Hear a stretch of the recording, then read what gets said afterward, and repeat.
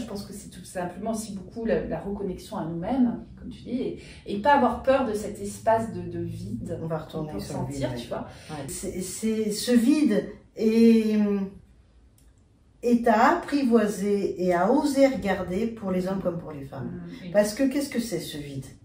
C'est notre connexion avec la source, le un, l'être divin qu'on a en nous. Voilà, il y a plein de manières de le dire. Mais comme on a ce petit ego qu'on a créé, ce petit personnage qu'on a créé, la plupart du temps, c'est lui qui nous dirige. Il a peur pour nous, en fait, l'ego. L'ego veut prendre le pouvoir, donc il va nous dire « Ah, mais tu vas pas y arriver ». Et de l'autre côté, il y a le petit diable et le petit ange qui va nous dire ça, qui va « Non, faut y aller, non, faut pas y aller ». Mais du coup, tu es pris quand même par ça. Et plus tu fais le vide en toi, moins tu as les petites pensées qui parasitent, qui vont te dire « Oui, c'est bien, non, c'est pas bien ». Et du coup, tu te retrouves complètement manipulé par... ces énergies, tu vois, émotionnelles.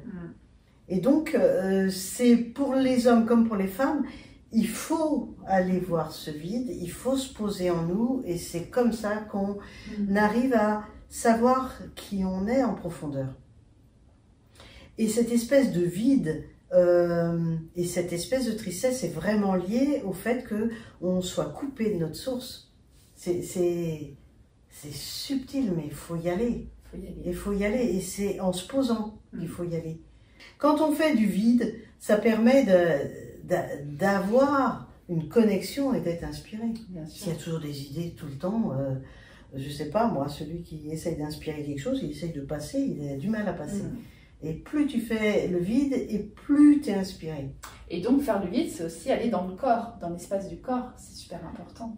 Alors, ça aide à faire du vide. Alors, moi, c'est ma manière de fonctionner. Mais il faut apprendre à ce que nos pensées qui tournent, qu'est-ce qu'on fait quand on a des pensées, des obsessions? Qu'est-ce qu'on fait?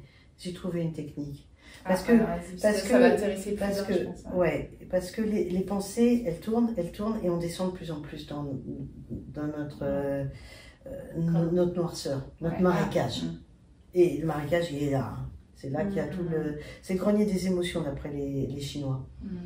Et donc, c'est bien de pouvoir y aller. C'est bien de pouvoir y aller. C'est bien de pouvoir ressortir seul. Et j'ai trouvé une technique. Alors, vas-y. C'est-à-dire que je prends un papier et je vomis tout ce qui vient dans ma tête. J'en ai marre de penser toujours aux mêmes choses, et et j'écris presque en abrégé tellement ça va vite. Et puis, et je peux en mettre 3 pages, 4 pages. Et puis, je peux faire ça 10 fois de suite. Et puis, à un moment donné, il y a le crayon qui se calme. Et là, d'un seul coup, c'est comme si j'avais résolu quelque chose. Et là, j'ai la compréhension. C'est le crayon magique. J'ai la compréhension de « Ah ouais, mais en fait, tu te prends la tête pour rien. » Tout est ok. Tout est ok. Il y a quoi comme problème? Il y a ça, il y a ça. D'un seul coup, tu redeviens logique. C'est ça. Alors qu'avant, tu étais dans le gluant. Tu vois? Et ça, on peut le faire seul. C'est ça qui est super. Ah, moi, j'ai trouvé que c'est une technique extraordinaire. Ah, il y a plein de gens qui me disent oui, mais je ne sais pas écrire. Je ne sais pas écrire. Moi, une page blanche, ça me fait peur. Bah, tu prends un petit cahier. Mais je pense que vomir, c'est pas écrire, c'est vomir. C'est ce qu'on fait avec les copines. Nous, on a plein de possibilités. On va, je vais pas bien, regarde ce qui s'est passé cette nuit, j'ai rêvé de ça. Ah ouais, mais tu crois que ça veut dire ça? On est tout le temps en train de se poser des centaines de questions. Et quand on est seul, on prend un papier, un crayon.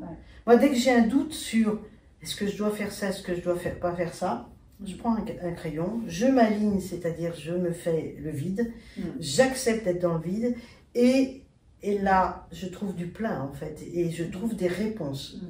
Moi, j'ai une question pour tous ceux et celles qui vont nous écouter et qui ont peur de leur vide.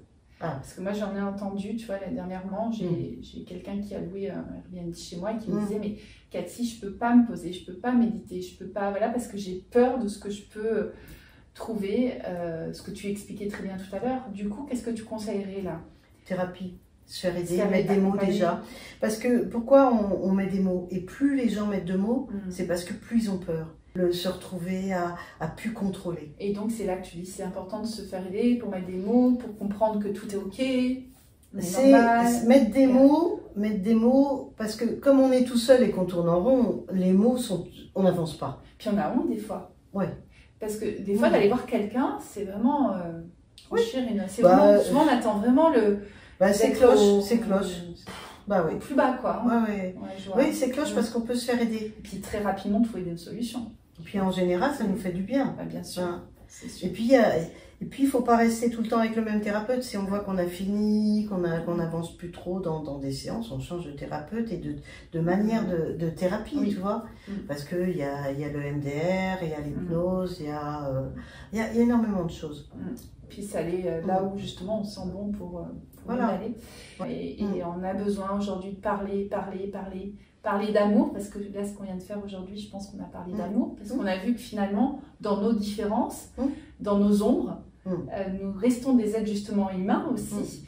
Et je pense que c'est important d'accepter aussi le fait qu'on est XXXY, avec des ombres, des lumières chacun, des émotions différentes, mais qu'en effet, quand même, il y a deux polarités aussi, yin et yang, quoi, masculin, féminin. Et sans ces polarités, on ne peut pas s'unir en fait. Oui, puis je pense qu'il faut une grande ouverture de cœur.